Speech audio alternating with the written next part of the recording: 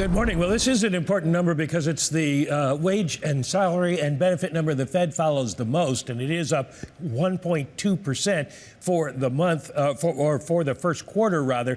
The forecast was for 1% rise after a 0.9 gain the previous month. Wages and salaries increased 4.4% for the year ending in March of 2024, and compensation costs overall were up by 4.2%.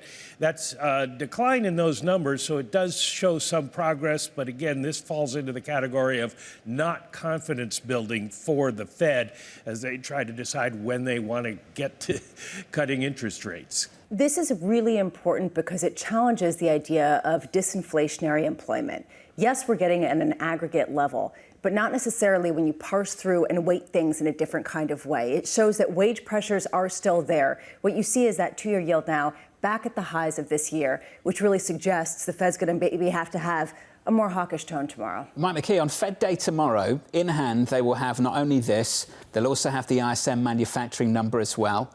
I believe they will also have the ADP too, and they're going to have, Mike, a little bit more data elsewhere. Mortgage applications, stuff like that. Mike, how could this data change the conversations on the margin away from where we thought it was going only a week ago?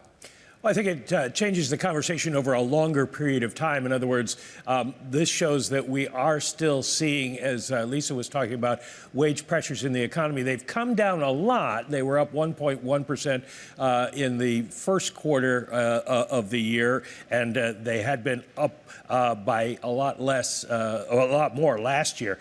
But there is still pressure out there. ADP they will look past because everybody kind of does. They'll wait till Friday to see what we really get. The ISM numbers will be interesting. We'll see what the employment figures are, and of course prices paid. It's been going up. That's not something that they necessarily want to see as commodity prices rise a little bit. But it isn't going to change Wednesday. I think Claudia Sahm said it best.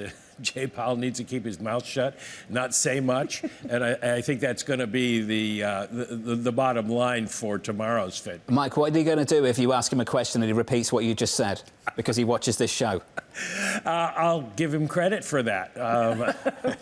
Because, if he says, I'm sorry, I've been told to keep my mouth shut, that'd be great, wouldn't it? It's sort of a challenge when you try to keep your mouth shut at a press conference. I will want to say, Mike, there's been a discussion around a lot of the inflation rates that we've gotten in the first quarter, that they're skewed for a host of reasons, certainly on the insurance side of things, as well as a host of other metrics. With this employment cost index, is there anything that's technical about people getting wages in the first quarter or anything like that that people are going to use to explain this away?